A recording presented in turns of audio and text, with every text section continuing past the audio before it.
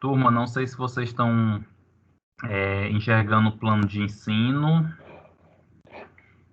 Estão conseguindo ver o plano de ensino? Sim, professor.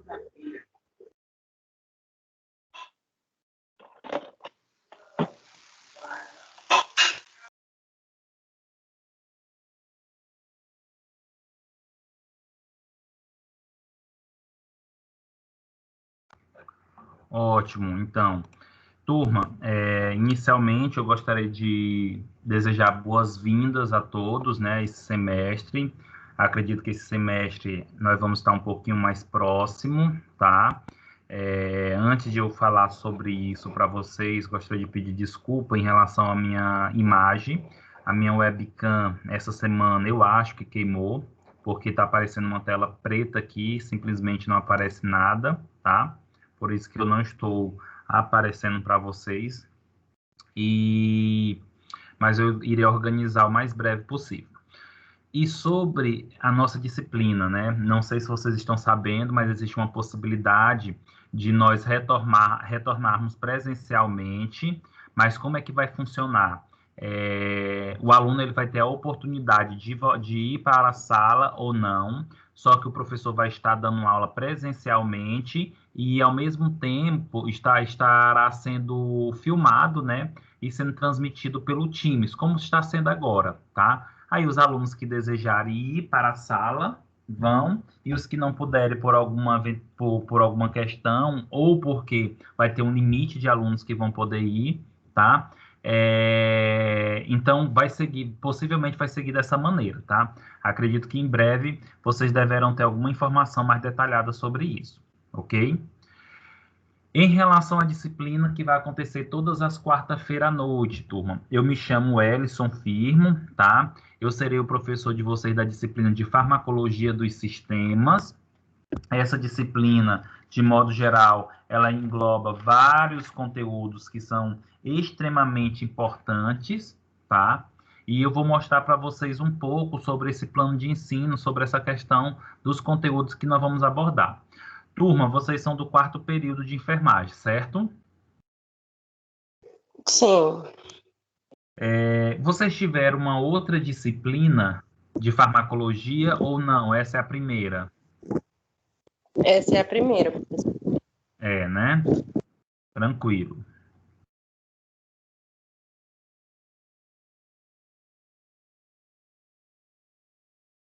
Sou de enfermagem. Sou de farmácia. Oi? No caso, é farmácia ou é enfermagem? Eu entendi, não entendi muito bem. A minha pergunta é, se tem alunos aqui de enfermagem, farmácia ou só de enfermagem? No caso, eu sou de farmácia. Ah, entendi. Perfeito, tranquilo, viu?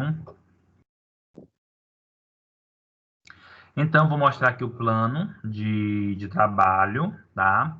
O plano de ensino, que, de modo geral, ele vai englobar o conteúdo que nós vamos ministrar, tá? Então, a disciplina é Farmacologia dos Sistemas, tá? Vai acontecer todas as quarta-feiras.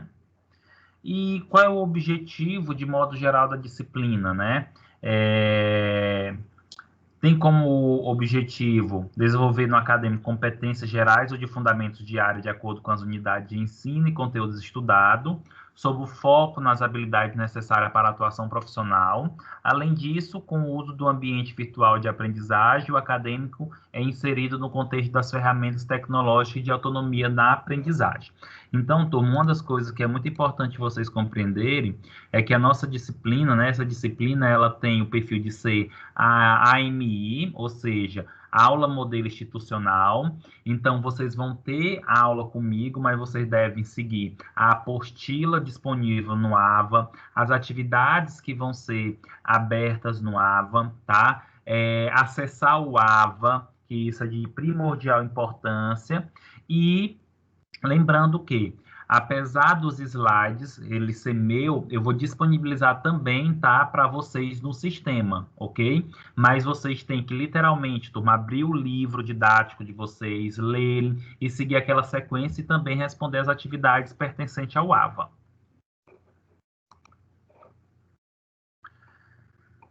Então, de modo geral, o que é que nós vamos estudar, né? Que é o sistema de administração de drogas. Então, de modo geral, nós vamos aí relembrar alguns conceitos ou aprender alguns conceitos como estrutura de receptores, farmacodinâmica, absorção de fármaco, que seria, no caso, a farmacocinética, tá? Vamos estudar aí algumas coisas sobre via de administração, eliminação de fármacos e literalmente estudar de modo geral, turma, a farmacologia dos sistemas. O que seria isso?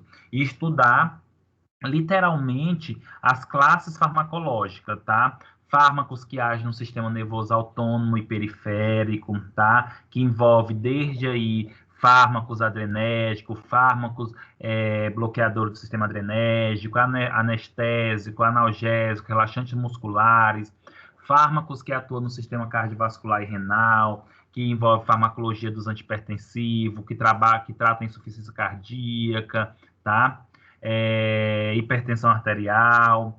Vamos também trabalhar o mecanismo e ações gerais dos fármacos anti-inflamatórios, analgésico, antimicrobianos, anti-inflamatórios, fármacos utilizados para tratamento da hiperlipidemias, que é o colesterol, fármacos usados no sistema respiratório, fármacos usados no sistema gastrointestinal, tá? E outros. E aí, turma, em relação, de modo geral,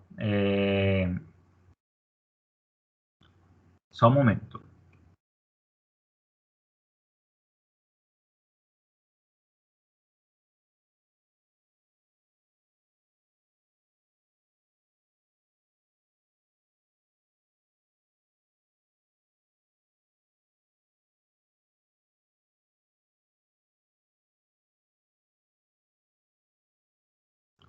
E aí, turma, sobre nossas atividades, né? É importante vocês compreenderem que, de modo geral, nós temos as atividades do AVA, as atividades passado por mim e também as atividades referente à prova, né? Lembrando que a prova, até o semestre passado, o modelo estava sendo online, acredito que vai permanecer, e 10 questões de marcar, acredito que continue esse mesmo modelo, tá? Então, assim, para a gente ter, de modo geral, uma disciplina bem coerente, uma disciplina bem organizada e que no final tenha sucesso todo mundo, é só cumprir com as atividades e realização das provas, tá? E acessar o AVA semanalmente, certo? Alguma dúvida, alguma pergunta?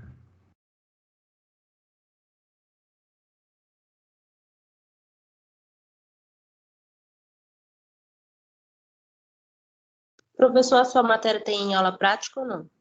Não, não haverá aula prática, tá? É só aula teórica, tá? Ela não enquadra como aula prática, Tá ok. ok?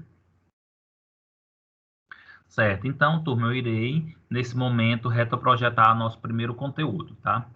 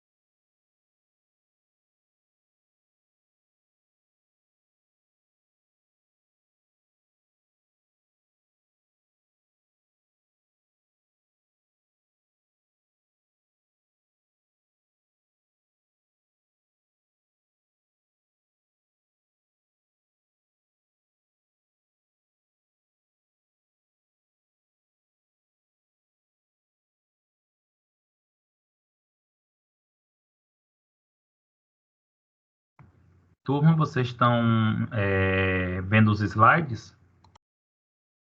Sim, professor. Agora que iniciou. Estamos vendo.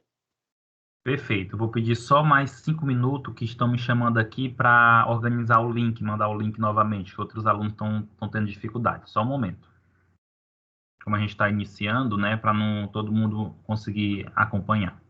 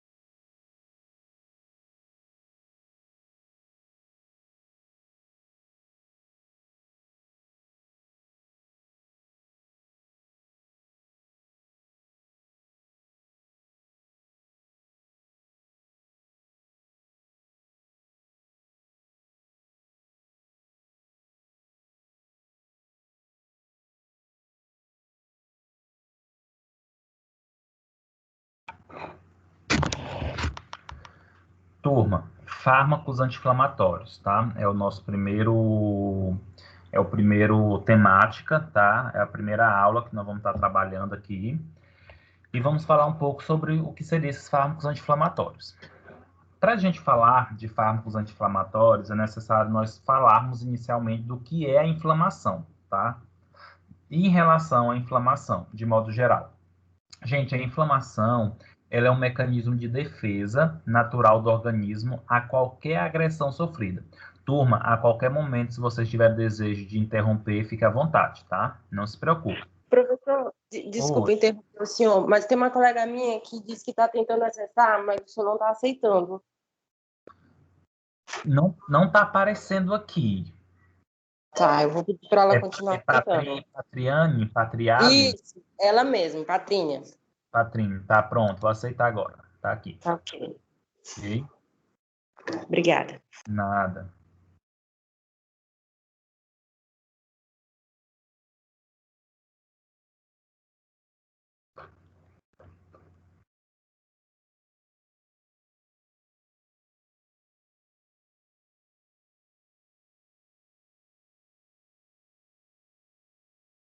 E aí, turma, dentro do contexto que eu estava comentando para vocês, em relação à inflamação, é importante compreender que a inflamação, ela é um mecanismo de defesa natural. Por que que nós temos inflamação? A inflamação, gente, ela é uma informação de que o tecido ele foi lesionado. O tecido sofreu uma agressão.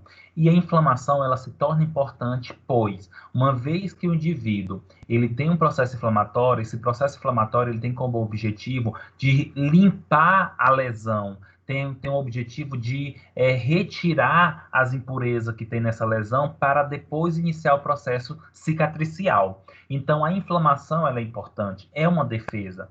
Já que a inflamação ela é uma defesa do nosso organismo, por que nós precisamos tomar anti-inflamatórios?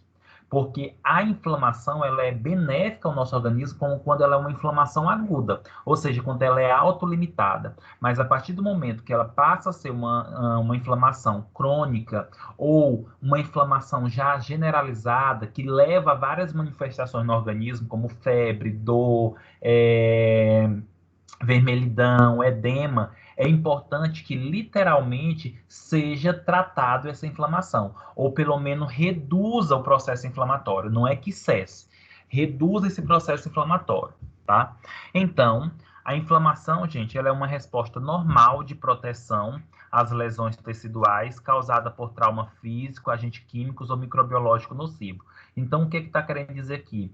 Que desde um trauma físico, como por exemplo uma facada, uma arma de fogo, agente químico como produto, água sanitária, soda cáustica, ou micro-organismos como estafilococcus, Escherichia coli ou outros micro-organismos, eles podem, de modo geral, levar uma lesão na pele, tá? No tecido. Se tem essa lesão no tecido, tem-se um processo inflamatório, tá? Mas por que tem que ter inflamação? Como eu comentei anteriormente, a inflamação, gente, ela serve para reparar o tecido. Reparar em que sentido? Reparar ele, retirar as impurezas, iniciar o processo inflamatório para que comece, assim, o processo associado à cicatrização, tá?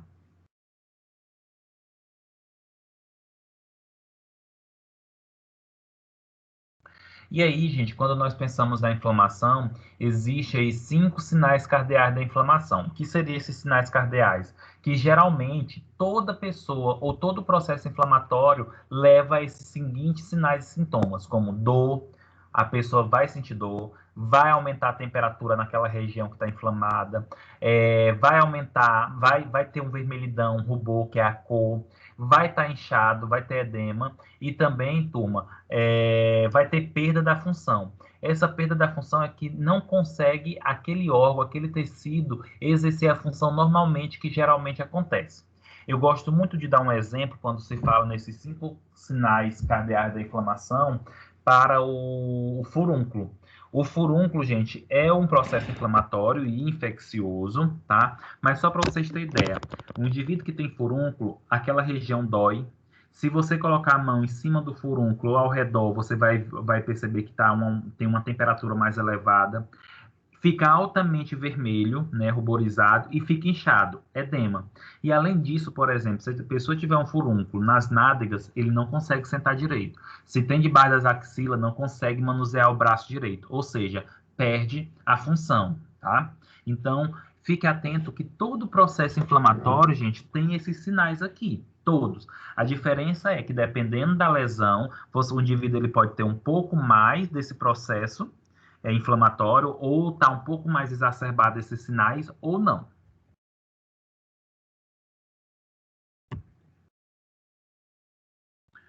E quando nós pensamos no processo inflamatório, é importante compreender que a inflamação ela acontece com a participação da resposta imune, ou seja, com a participação do nosso sistema imunológico, tá? Turma, só mais um momento.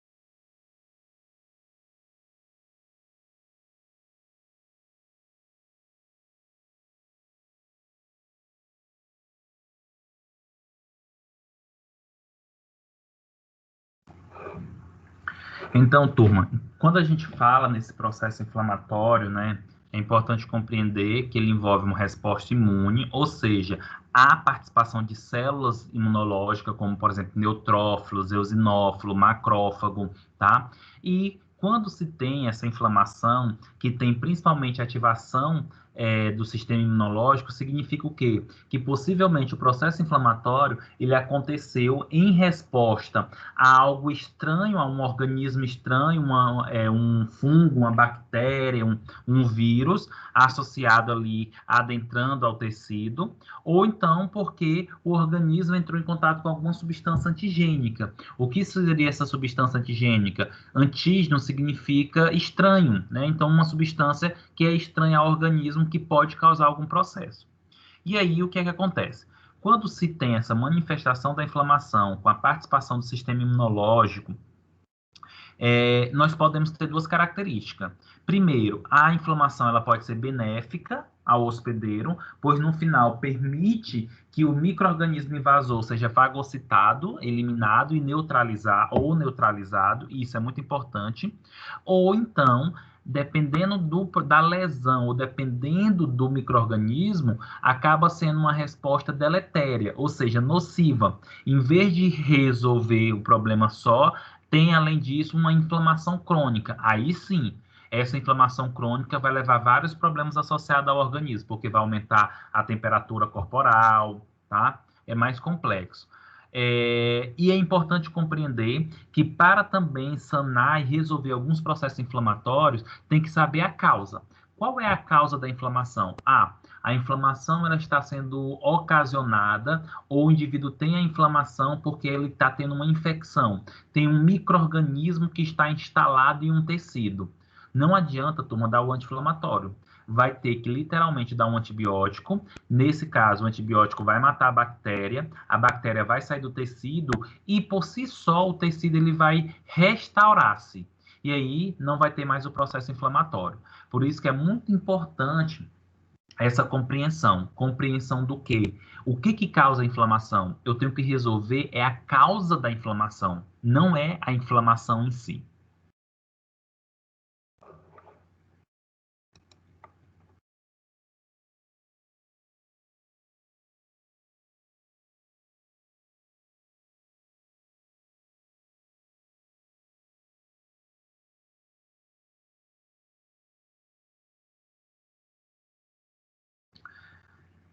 E aí, turma, nesse contexto, informo para vocês que quando nós pensamos na inflamação, é importante nós compreendermos os aspectos fisiológicos dessa inflamação, tá? O que seriam esses aspectos fisiológicos da inflamação? O que acontece bioquimicamente? O que acontece fisiologicamente para ter, ou patologicamente para ter inflamação? É importante compreender que a inflamação, gente, é uma lesão no tecido. E aí, quando eu falo que a inflamação ela é uma lesão no tecido, o tecido é formado de quê? O tecido, gente, é formado por um conjunto de células. E a célula é formada por quê? Com quê? A célula é formada por membrana plasmática. Essa membrana plasmática é formada por lipídio, né, fosfolipídio de membrana. E o que acontece? Toda vez que tem uma lesão, esse lipídio, essa membrana, ela se rompe e libera esse fosfolipídio na corrente sanguínea. Uma vez que libera esse fosfolipídio na corrente sanguínea, vem uma enzima chamada fosfolipase A2 e converte esse fosfolipídio de membrana em ácido araquidônico. Aqui, gente, é uma sucessão de transformações de substância, tá? É uma sucessão de transformação de substância. E aí, esse fosfolipídio é convertido em ácido araquidônico. E aí, uma vez que tem esse ácido araquidônico, essa substância ela pode entrar em duas vias metabólicas, que pode participar duas enzimas distintas. É a enzima ciclooxigenase, que vocês podem observar do lado direito, e a enzima lipoxigenase, que é observada do lado esquerdo. Quando se trata da via da ciclooxigenase, essa enzima ela poderá converter o ácido araquidônico em eicosanóides ou em altacoides. O que seria isso? São substâncias que são formadas por 20 carbono na sua estrutura química, tá? Então, o ácido araquidônico ele pode ser convertido em prostaglandina, né? E aí vem os tipos, né? As isoformas dessas prostaglandinas. Além disso, pode ser convertido em prostaciclina e tromboxano. E qual a importância aqui? Turma, a ciclooxigenase, que ela é uma enzima, ela tem 3 isoformas. Ela pode ser chamada de COX-1, COX-2 e COX-3. Quando eu falo COX-1, essa COX-1 ela é considerada a enzima benéfica. Quando eu falo COX-2, ela é considerada a maléfica ou nociva. Por quê? Essa prostaglandina, que é convertida a partir do ácido araquidônico pela COX-2, ela vai ser uma prostaglandina maléfica. Ela que vai levar ao processo inflamatório. Então, toda vez que nós temos uma lesão, as prostaglandinas são produzidas, as prostaglandinas nociva, e começa o processo inflamatório. Tem a manutenção desse processo inflamatório, tem a gênese desse processo inflamatório. E aí eu vou falar mais detalhadamente para vocês lá na frente sobre essa gênese, sobre essa cascata do ácido araquidônico e a importância delas.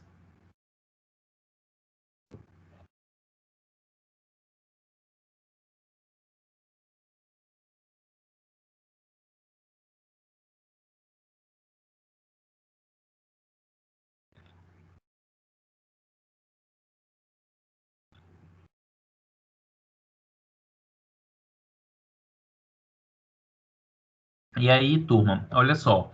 Além dessa cascata do ácido araquidônico pela via da ciclooxigenase, tem também aí a via da lipoxigenase, certo?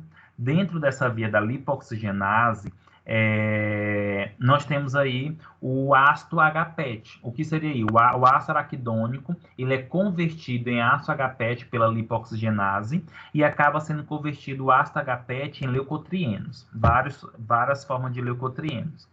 Esses leucotrienos, turma, eles são importantes no sentido de ações sobre o sistema respiratório, que já não é o nosso foco aqui, pois o nosso foco é o processo inflamatório, tá?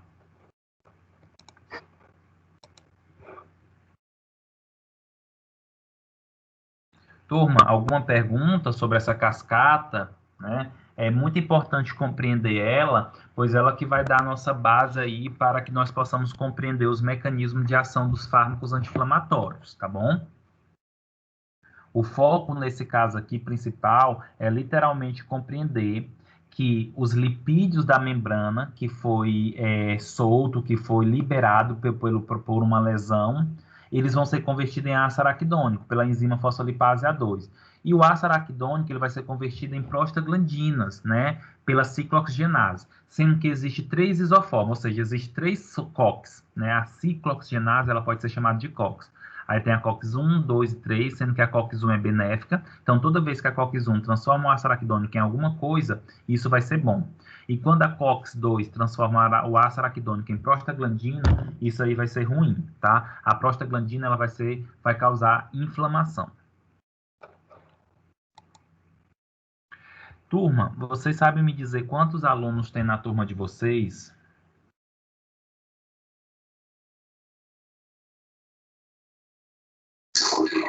Não. Professor, na minha, eu acho que tem umas 9 pessoas.